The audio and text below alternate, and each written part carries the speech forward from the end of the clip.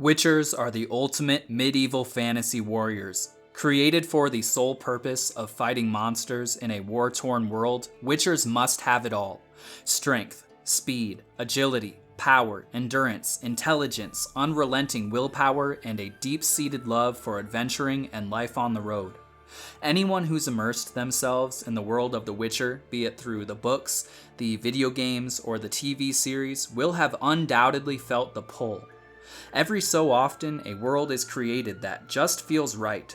Middle-earth from The Lord of the Rings is a perfect example of this, as is, in my opinion, Temerant, or the Four Corners of Civilization from the Kingkiller Chronicles series. Alongside these other greats, the Witcher universe gives us an idyllic view on what medieval life with a fantasy twist might be like. Sure, we realize that life would be difficult and dangerous, but we're also given a clear path. In our modern life today, we've become so disconnected from the natural world and so far removed from actual hardship and struggle, it can feel impossible at times to find purpose. But in the world of The Witcher, things make sense. Even knowing you'd most likely end up one of the peasant class, you can't help but dream of being transported there. You need to eat, grow your crops, and raise your livestock. You want to protect your family, train with the sword and the bow. You want to discover the secrets of your world? Pack up and travel to the most distant cities, learning all you can along the way. Sure, life will be hard, but every night you'll go to sleep knowing you did what it takes to keep you and your family alive. Bringing as much of these fantasy worlds into everyday life in this one has become one of my primary quest objectives. And what I've found thus far is that all it takes is a shift in focus. Sure, we live in a world of smartphones and skyscrapers, but the stories of those fantasy realms exist here too in our memories. So rather than going to the gym and working out to show off your muscle and strength on Instagram, why not train to fight monsters? Because you never know, the need for witchers in our world is only ever a single day away from reality. So, without further delay, let's get into it. How would I train to become a witcher?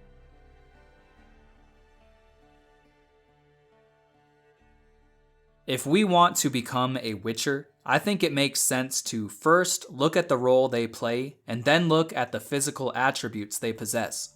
First and foremost, a witcher is a swordsman, skilled in fighting both humans and monsters many times their size. To me, this means our primary focus should be learning to use a sword.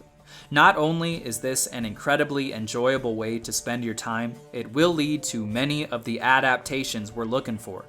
More on this later, but hours a day spent practicing with a sword develops the strength, size, and mobility of your shoulders, forearms, and wrists like nothing else. Of course, I don't have a sword, and I'm sure many of you don't either, but I'm sure every single one of you can get your hands on something similar. I found a stick lying on the ground, and that's been more than enough. Even the worst cities have trees, but a broom handle or even a cardboard tube will work. Now, here is where we blur the line between fantasy and reality. Like Vesemir says, if you want to become skilled in actual combat, you shouldn't train alone. There's only so far you can get by yourself, and you may ingrain improper mechanics. That said, the Witcher fighting style is already pretty impractical for actual combat as a human. Pirouettes and jumps often leave you exposed and won't usually work in a real fight, so I say, who cares if it's not optimal to train alone? Making up cool moves and practicing them over and over by yourself in your house or at a park is a lot of fun, and will still make you better with a sword than if you didn't train at all. I can imagine that the cool moves I make up work, and I get a good workout practicing them, so that's good enough for me. And of course, sword martial arts are still a real thing, so maybe at some point down the line you'll decide you want to join a club, and you can become even more skilled. With all of that said, if we're creating a routine that will turn you into a witcher, the heart of the program will be the sword. Another very important part of being a witcher is knowledge. Witchers seek to learn everything they can about monsters and their weaknesses. They're masters in potion making, and though they're usually indifferent to it, they know what's happening in their world. This means we too should seek knowledge.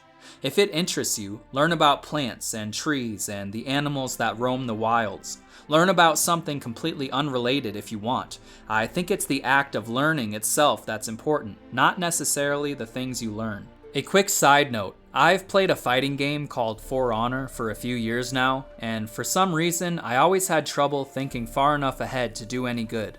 I could react well enough, but I got baited a lot. Well, I started studying for my personal training certification, which really just came down to me learning anatomy terminology, and after that first day studying flashcards, something clicked.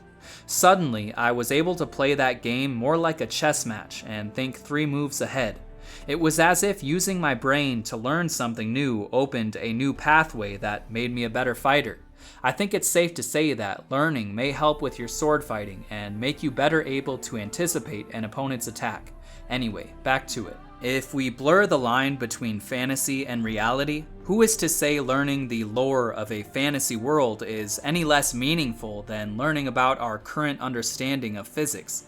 I personally get way more out of watching a VatiVidya video about Dark Souls lore than I do learning about calculus, for example. I think people have a misunderstanding about knowledge and think that some forms of it are better than others, but I disagree. I think the best thing you can spend your time learning is the thing you enjoy learning about. This may not sit well with some people, but in my opinion, history is no more real than fantasy is. Neither exist right now. The fact that there were once parts of the Earth left unexplored is just as fantastic to me as learning that elves once existed is. History comes from books and storytellers, just like fiction does. Who is to say one is more important? So read your fantasy books, watch your videos about magic, hell, read all the books in Skyrim if that's what you want to do, just learn something every day. Another skill I think every Witcher needs is bushcraft. Witchers spend a large part of their lives on the road, sleeping rough in the wild. Sure, they have Igni to light fires, but we don't. We must acknowledge our current limitations and seek to improve them. If you want to become a Witcher, you better know how to survive in the woods. At the bare minimum, I think learning to make a fire without a lighter and developing some basic trapping skills will go a long way. These 3 areas should cover most of our bases for becoming more like a Witcher in practice, but we still need to look at their physical attributes. There are, of course, different Witcher schools, each with their own specific strengths, and every Witcher is their own individual, but today, let's focus on Geralt and the School of the Wolf specifically. I think Geralt is who most of us imagine when we think about Witchers anyway, and I think the School of the Wolf has trials that are more easily replicated and understood in terms of physical characteristics. Remember that the trials the Witchers went through when they were young would undoubtedly shape them into what they would become as adults. The School of the Wolf trials involve what is essentially swimming, bouldering, and sneaking. Compare that to the School of the Griffin, which placed more emphasis on magic, or the School of the Cat, whose final challenge involved balancing on a tightrope, or the School of the Bear, which placed a lot more emphasis on cold exposure and climbing tall mountains. All of these other things are cool too, and of course there is some overlap between schools as they all started in the same place, but swimming, climbing, and sneaking gives us a great foundation to build upon. Keep in mind, a lot of this information comes from the games, and I'm not 100% sure if it's all canon, but I think it's cool nonetheless, so let's compare how these schools and the trials they implemented would impact physical appearance. Well, a school focused mainly on stealth and balance, like the School of the Cat, would only be inhibited by extra body mass. I picture these guys as the rogues of the Witcher world, placing their skill points in dexterity and lightweight armor rather than strength or vitality. I imagine their physiques would be more like Fight Club era Brad Pitt than anything else. Now let's compare that to the opposite extreme, the School of the Bear. Placing more emphasis on surviving the elements and acting more like a tank means that a higher body fat percentage would only make sense. Fat would keep them warm in the cold, and more strength would be required to wear the heavier armor. I picture these guys as the Vikings of the Witcher world, placing more of their skill points in strength and vitality over stealth.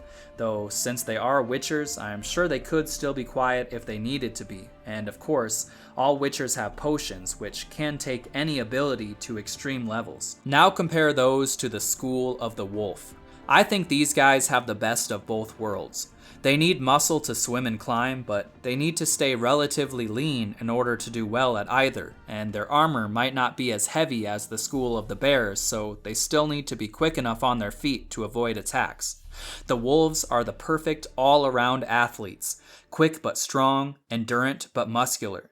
This information will help us build our Witcher training program, but one final step remains. Now, let's look at specific muscle groups.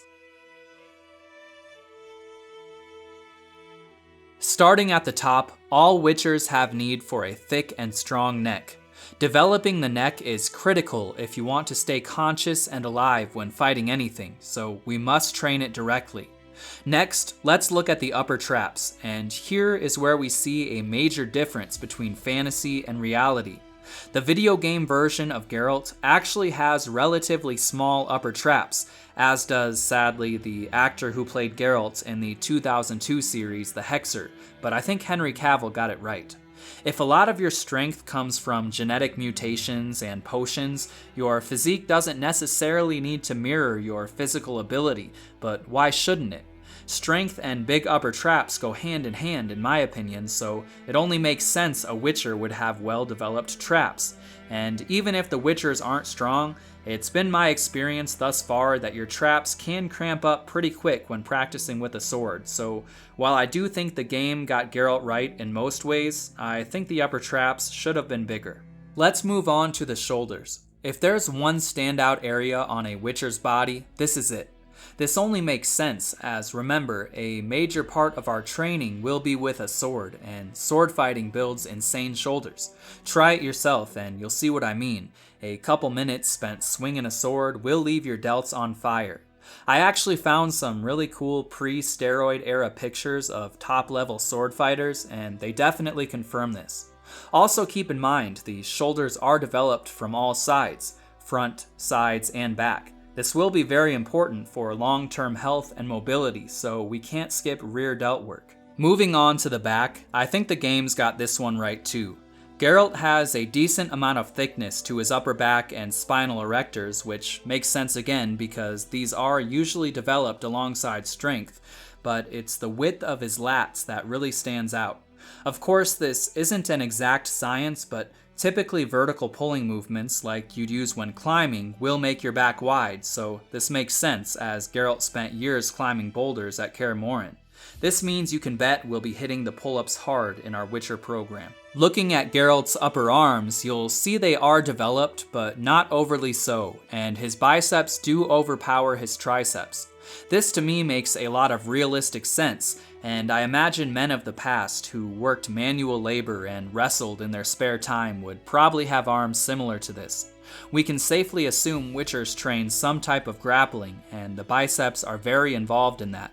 Add in all the climbing, and it makes sense Geralt would have some well-developed biceps. Next, I think the forearms are another one of Geralt's standout features, not necessarily because of their size, but because of how they're built. The undersides of his forearms, the part most of us focus on these days, are developed, but it's the top of his forearms, near the elbow, that gives them that standout appearance. This is the part of the arm that's built by twisting and extending the wrist, something Geralt would be doing every single day for many hours during sword training.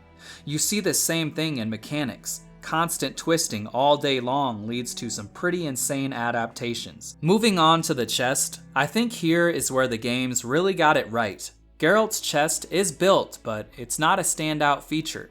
It's developed enough that it doesn't take away from the rest of his look, but not so much that your eyes are instantly drawn to it. This makes realistic sense. If you look at the bodies of strongmen from before we all became obsessed with the bench press, you'll notice their chest development is pretty similar to Geralt's. I'm reluctant to say natural because who is to say what a natural body looks like, but to me, this chest shape just seems correct. Like, this is how you'd look if your body came as a byproduct of hard work and skill acquisition rather than from hours spent sculpting in the gym. Again, I'm not trying to say there's anything wrong with wanting a big chest. I'm just saying it makes sense for Geralt's chest to look the way it does in the game. With that in mind, we will be working the chest in our Witcher program, but it will be less of a priority than some other things. Continuing on, we have the abs. This is probably what drew a lot of you to this body shape in the first place. Geralt is ripped. Every part of his midsection, the six-pack to the obliques and everything else in between, is extremely developed. This again makes a lot of sense. First, as with the back and traps, the abs do see a lot of growth as you get stronger, and as we know, Witchers are very strong. This is largely because the abs, and really the entirety of the core, act as a conduit through which energy passes from the lower body to the upper body and back again. This is the only part of the body that doesn't have any solid bone to rely on for strength, besides the spine, but the spine isn't actually very strong on its own. This means if you want to get stronger at any type of full body movement, your core must lead the way. This accounts for a lot of the thickness you see in Geralt's abs, but really only covers one dimension. The other, equally important reason his abs look the way they do again comes from training with a sword. If you look at most of the exercises we do in the gym, 95%, if not all of them, are typically in the sagittal plane of movement. Not to say this is a bad thing, as all the best heavy compounds live here, the squat and deadlift being prime examples, but if you only ever train in one dimension, you can't expect to build three-dimensional abs. This is a large part of why even the strongest guys in the gym don't have abs that look like Geralt's. They're missing a major component. If you want that complete look, where every part of the abs are thick and strong, then you need some work in the frontal and transverse planes of movement too. Lucky for us, we won't actually need to devote much gym time to exercises focused on bending sideways or twisting, because we'll already be doing a lot of that when practicing with a sword. From personal experience, yes, it's true my shoulders and forearms were pretty sore after I trained with a sword for the first time, but it was my core that really took a hit. I was sore in ways I didn't know you could get sore, and that's coming from someone who already does a good amount of extra work for the abs and obliques. And finally, for the abs, we need to talk about body fat. Geralt needs to stay nimble and agile to fight monsters, which means too much extra body fat would only slow him down. Yes, you can have a six-pack at a higher body fat, but to have abs that look like Geralt's, you'll need to be lean. You'll notice Geralt's waist seems very slim, even though the muscles of his waist are thick and developed. This is an illusion. Though his waist may actually be slightly wider in measurement, its shape gives the illusion of leanness. Keep in mind, when I say lean, we're still talking somewhere in the 10 to 15% range, as sub 10% body fat will most likely leave us unable to complete the training required to become a Witcher. So, bodybuilding discussion aside, just know we will be working our abs hard, both inside and outside the gym. Now it's time to move on to the lower body. The first thing you'll notice is Geralt has a booty on him. I know I've said this many times already, but this again makes a lot of realistic sense. Your butt is literally your seat of power. The main function of the glutes is to extend your hips, and hip extension is where a lot of your power comes from. Jumping is a prime example of this. Before a jump, you intuitively bend at your knees, ankles, and hips to store up energy. This leads to what is known as triple extension, and the hips are responsible for a large part of the power you generate by doing this. Now think about a sword. Much like a punch, you'll only generate so much force if you try to muscle the attack with your arms. True power is attained by letting your hips do the work for you. And remember, many of the enemies Geralt faces as a Witcher have a tough hide, which means when he attacks, he must swing his sword with as much force as is possible. And finally, if we look at Geralt's legs, much like with his chest, they are built but not overly so. He will need a lot of strength in his legs, but too much size would only hold him back. Remember, a Witcher from the school of the wolf needs it all: speed, strength, power, and body weight mastery. Geralt needs the strength and size required to jump and to generate power, but equally important is his need for endurance and quickness. Everything about the White Wolf is geared towards speed and agility. You can actually see this in the way Witcher swords are made. There's a great YouTube channel called Living Anachronism that has a cool video about this, but basically, Witchers use swords with a relatively short blade. This would usually make very little sense when fighting other humans because reach is very important, which explains why the most common and effective weapons throughout history have been some variation of a long stick with a sharp thing on the end. If you can stay out of striking distance from your opponent and still hit them, that usually means you have a better chance of staying alive. But if you're fighting a giant monster that can reach you from 10 to 20 feet away, an extra 6 inches on your sword blade won't matter. No matter what weapon you use, you'll need to get right up in your enemy's face to hit it, which means you'll need to be fast. This is most likely why Witcher blades are short. A shorter blade is lighter and can be moved faster. I think we can apply this same concept to building our legs as a Witcher. Just as a sword still needs some length and still needs to be sharp to slay a monster, our legs must be strong and have some size, but too much will only slow us down. Now, after a long and hopefully enjoyable journey, we've just about made it to our Witcher training program. But first, there is one final thing I'd like to say. I've talked about this briefly a few times already, but I want to make sure I really drive this point home. There will be a clear distinction between our gym workouts and everything else. In his Witcher video, the Bioneer brings up some great points about training outside in nature. He says it's beneficial to train on uneven terrain because this makes you more generally well-rounded and able to adapt. He also chose to use exercises that mimic sword combat in his training, rather than actually training with a sword. While I agree with his methods completely and do see their merit, I've taken a slightly different approach here. When training for anything, you always need to keep specificity in mind. This is a program for full immersion. I want to become a Witcher, not just look like one. This means for us, the most specific thing we can do is train with a sword in the woods, because this mimics fighting a monster in the wild. You could say specific for us is as non-specific as possible. We must be able to effectively wield a sword on any and all terrain, regardless of how flat the ground is. We must be able to fight in the cold and the heat, and we must do it well. So while practicing with a sword in your house or on pavement is still significantly better than not doing anything, a lot of the traits we need to develop as a Witcher can only truly be gained by training outside. In direct contrast to this, however, is the work we do in the gym. We will build all the extra stability we need by training with a sword outside. There is no reason for us to take our heavy gym movements outside of the gym. Said plainly, if our main purpose for everything we do is to become battle ready, then it makes sense to replicate a battle scenario when training with a sword, because we will be using a sword in battle. What we won't be doing is squatting a barbell in battle, so don't hold yourself back on the heavy compounds by trying to make them specific to fighting monsters. The purpose of our gym exercise is to make us better in a general sense, so if you're doing a back squat, stick to flat, solid ground, and if you perform better with a belt or squat shoes or anything else, use them. Finally, we have arrived. Now let's talk about the actual program. Our Witcher routine is made up of 3 different distinct parts: sword practice, weight training, and calisthenics. Monday and Thursday will be dedicated to weights, Tuesday and Friday are for calisthenics, and sword practice will be done as often as you can. Both of our weight training sessions follow a specific pattern: heavy strength movement, carry, push and pull, and finally isolation. Let's start with Monday.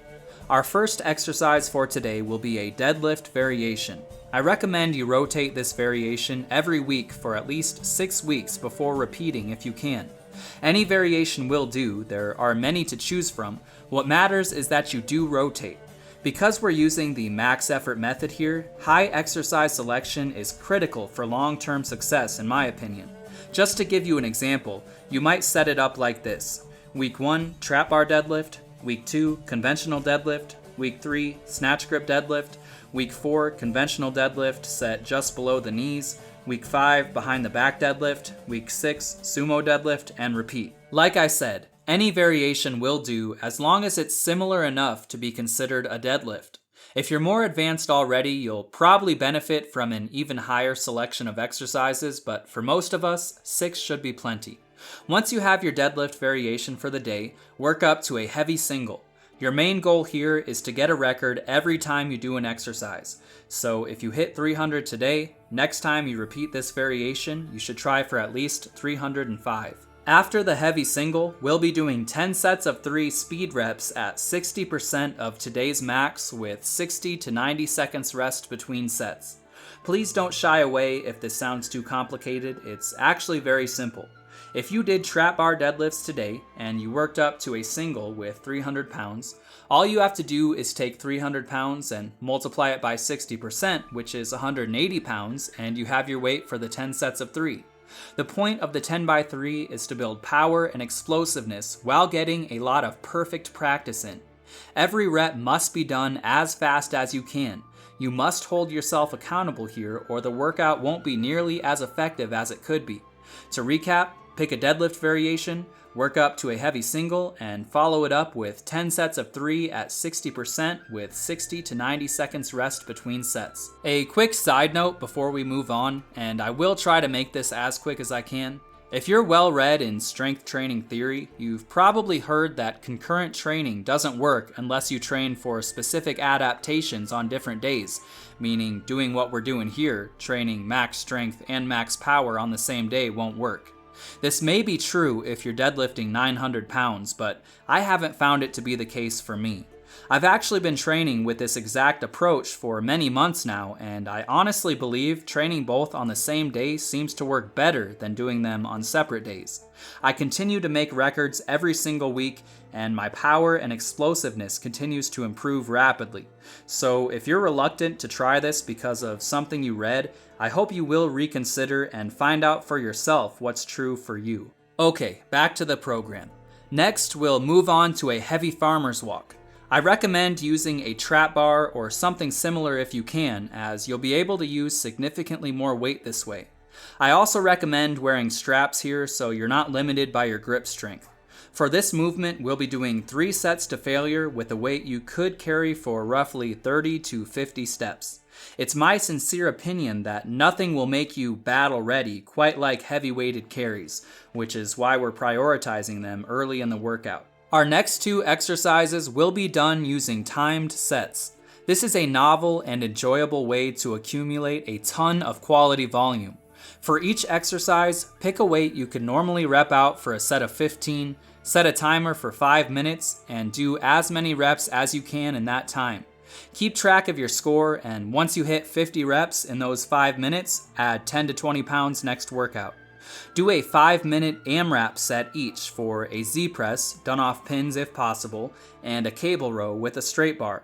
My advice here is not to rush progress. Make sure every rep is as perfect as you can make it, and results will follow. That makes 4 exercises so far, and the remainder of the workout will be focused on 2 giant sets. The first one is pretty straightforward. We'll be doing 4 exercises for the arms, done for 3 sets of 8 to 15 reps each. Our second and final giant set fills in the remaining gaps missing thus far. Each of these movements will be done for 3 sets of 25 reps. Though we'll be using bands for most, if not all, of these movements, don't see this as an opportunity to coast. You should always try to do better than you did last time. Progression here is really up to how you feel. For example, you might start with 1 band for your good mornings, and after a few workouts, when that band begins to feel relatively easy, you might move up to a heavier band or double up. Resistance is resistance, remember, and you can get a lot of it from bands. That sums it up for Monday's workout. You should get this done in roughly an hour and 45 minutes to 2 hours, depending on your work capacity and strength level. Our other weight training session, done on Thursday, follows the exact same pattern. The main difference being you'll focus on squats and a bear hug carry rather than a deadlift and a farmer's walk. The same principles apply.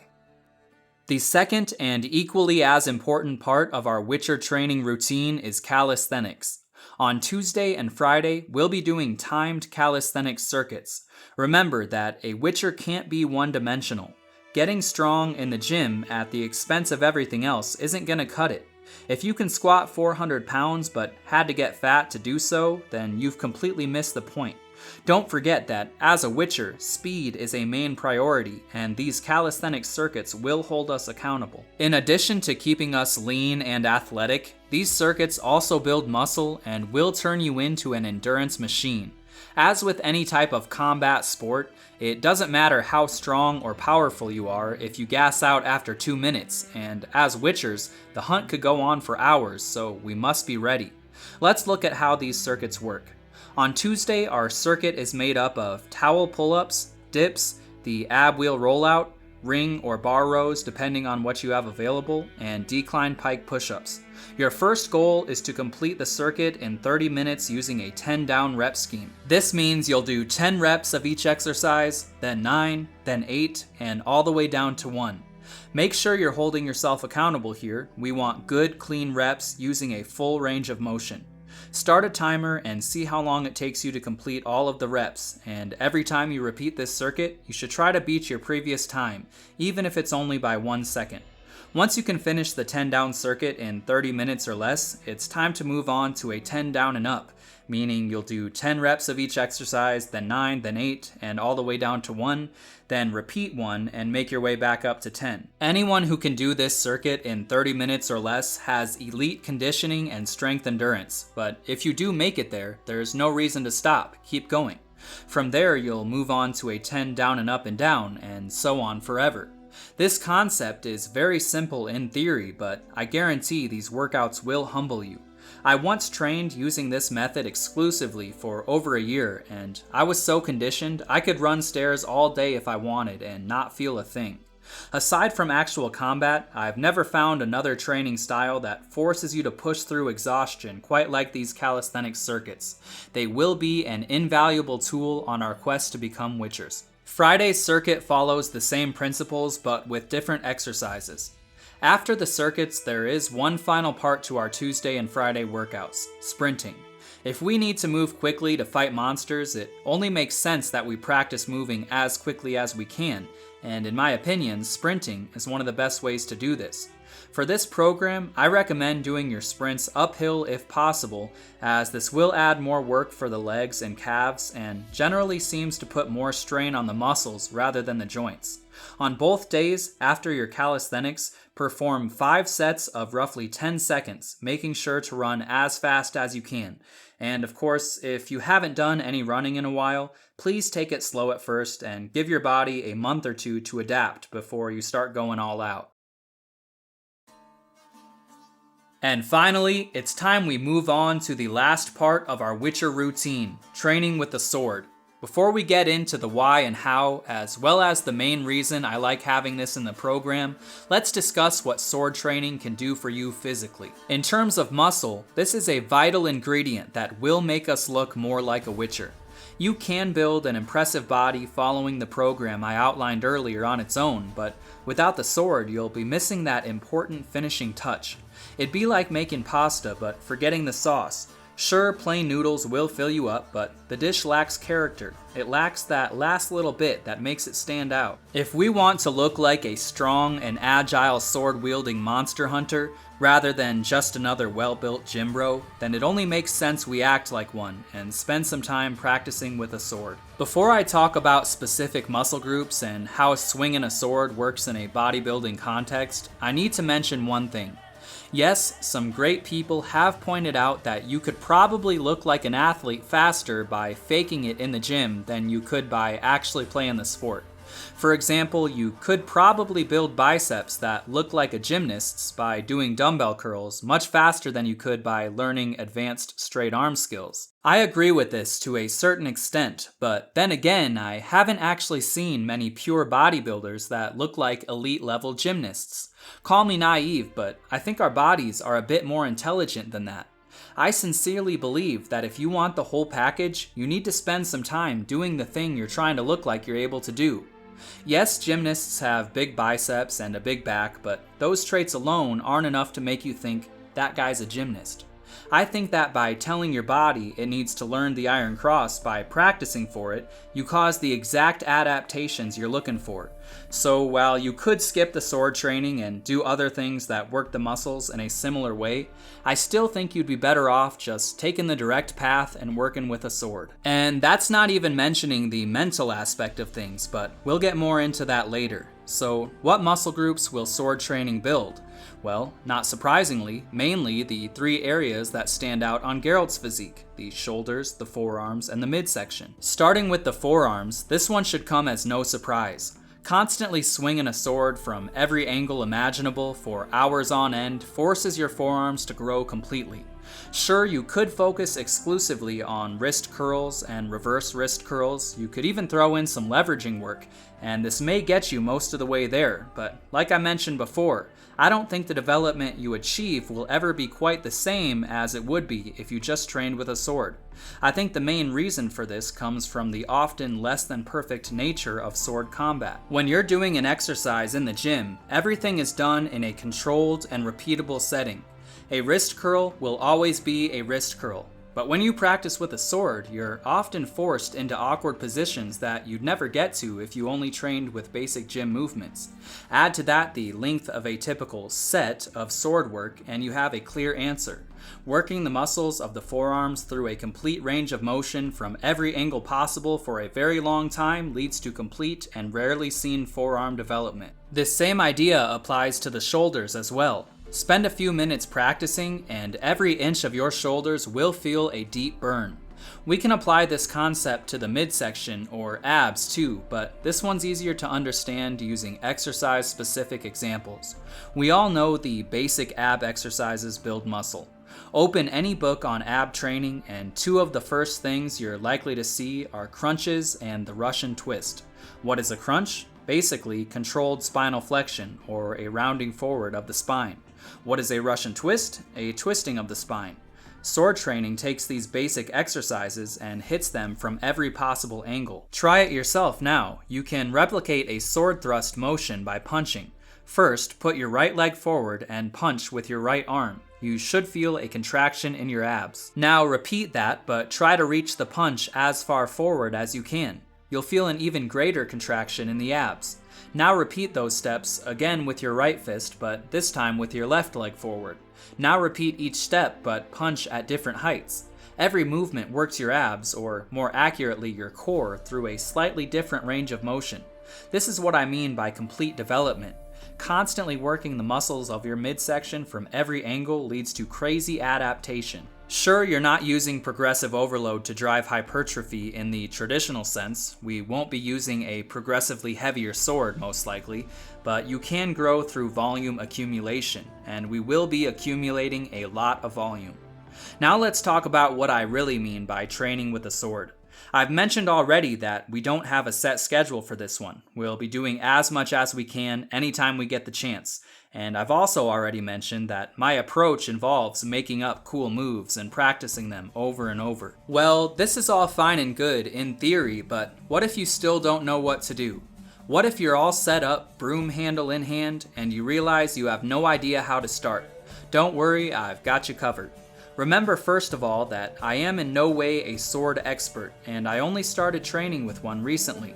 That said, I have managed to keep myself entertained for a ridiculous number of hours now, which I think is the most important thing. This part of the program is supposed to be fun. It's supposed to be the thing that makes you feel like an actual Witcher. Sure, it will build you some muscle and improve your coordination and mobility, among other things, but really, I say who cares about all that? I want to bring fantasy into this modern reality, and swinging around a sword, or stick, imagining I'm training to become a Witcher is a great way to do that. So first of all, before you even start your sword practice, I recommend watching some videos of Geralt doing cool things. Get motivated. It won't take more than a minute or two for you to remember how awesome sword fighting is. During this time, you'll notice that the Witcher style contains a lot of pirouettes and flourishes in its moveset. I think this is a great place to start. You can learn a basic figure 8 pretty quick, and once you start getting good at it, and that weapon is moving faster and faster, you'll be hooked. Please be careful, of course, and start slow. I don't want you to hurt yourself or break a window, but that basic figure 8 move gives you something to build on and gives you the confidence boost you need to keep going. Once you have that down pretty well, try adding in a strike without losing your flow. Try adding a spin. Just do whatever you think of in the moment. Witchers use a reverse grip a lot, so try learning your figure 8 with that grip. Try flowing seamlessly back and forth between grips, then add some strikes in the middle. Start creating a move set as if you were in a video game. Start with a basic strike to a figure 8 to whatever else and keep going until you've made a full 10-hit combo, then practice it over and over. Start building your base of combos until you have a bunch of them, then try to lead one combo into another and back again. The whole point is this is fun. You are playing. Remember doing that when you were younger? Who says you're too old for fun? Not me. We're training to become Witchers. We're gonna fight the bad guys. This is awesome. At some point, you may wish to watch some videos on the basics and try to apply what you learned to your own stuff. You can get really into it too if you want. Why does this foot placement work better? What's the proper way to use your hips for more power? There's a lot of information out there, and it should keep you going for a long time. And finally, if you really get hooked, maybe you can look for a fencing or HEMA school nearby and sign up. Of course, a lot of the Witcher fighting stuff won't apply there, and maybe you'll have developed some habits you need to fix, but at this point, your life will probably have taken on an entirely new direction, all from swinging a broomstick around playing that you're a Witcher.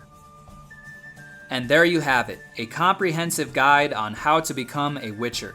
Whether you're looking for that full immersion or you just like the casual motivation, I think we could all use a bit more fantasy in our lives. So I hope you liked the video, and until next time, thanks for watching.